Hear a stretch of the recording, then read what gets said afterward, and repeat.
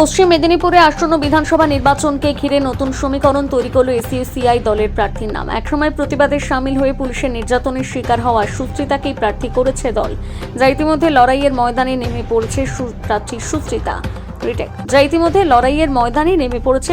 সুচিত্রা। এসইউসিআই এর প্রার্থীর সাধারণ মানুষের অধিকার রক্ষার লড়াইয়ে ভূমিকা তাকে আলাদা পরিচিতি দিয়েছে।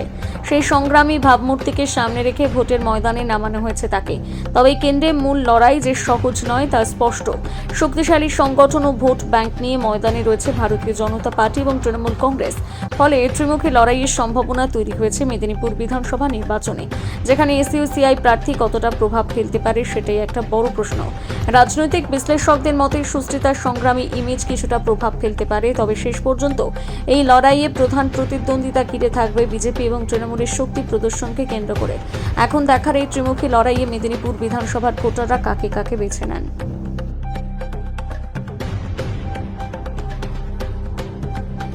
তো ভোট ঘোষণার পরের দিন থেকেই আমাদের চলছে।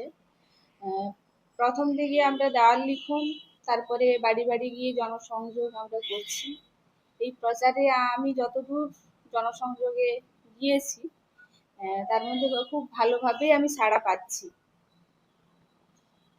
আমাকে সমর্থন জানিয়েছেন, অনেক ভালোবাসা মানুষের কাছ থেকে পাচ্ছি।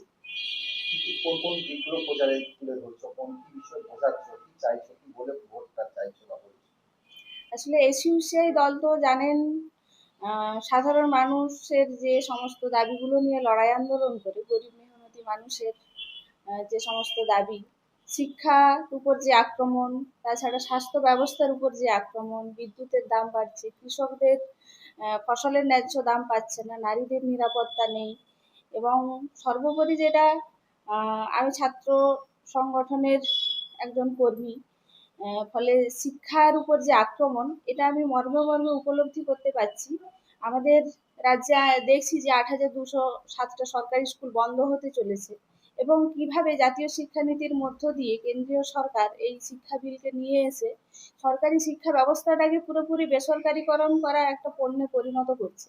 এবং এই যে শিক্ষানীতিটা কেন্দ্রীয় সরকারের, এটা রাজ্য সরকারও ২০২৩ সালে রাজ্য শিক্ষানীতি হিসাবে প্রণয়ন করেছেন, এটাকে সমর্থন করেছেন।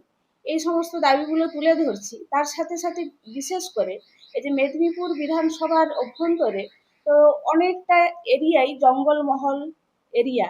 এই জঙ্গলমহলের যে আদিবাসী মানুষজন বসবাস করে, আমরা দেখছি কেন্দ্রীয় সরকার অরণ্য সংরক্ষণ আইন নামে যে আইন নিয়ে আসছে, যার মধ্য দিয়ে বলছে জঙ্গলকে সংরক্ষণ করা। আদতে সেটা নয়, সেটা কর্পোরেট সেকশনের হাতে তুলে দিয়ে একটা জঙ্গলকে বিক্রি করে দিচ্ছে। এবং এই যে আদিবাসী মানুষজন, তাদের উপরে মানে উচ্ছেদের একটা আক্রমণ নেমে আসছে।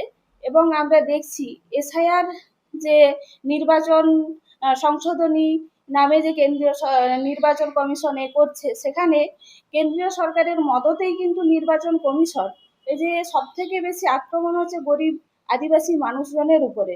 এই যে ৬৩ লক্ষ মানুষের যে নাম বাদ গিয়েছে, এই বিষয়গুলো আমরা তুলে ধরছি।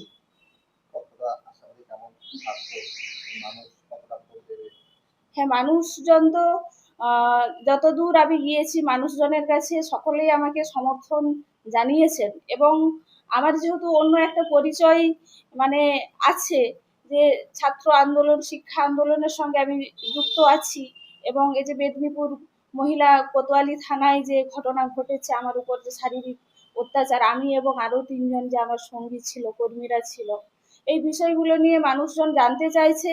এবং এই ঘটনাটা যে নৃশংসতম এবং ভিন্ন ঘটনা, এটা কিন্তু সাধারণ মানুষ বলছেন এবং আমাদেরকে সমর্থন করছেন, এবং আমরা আশাবাদী।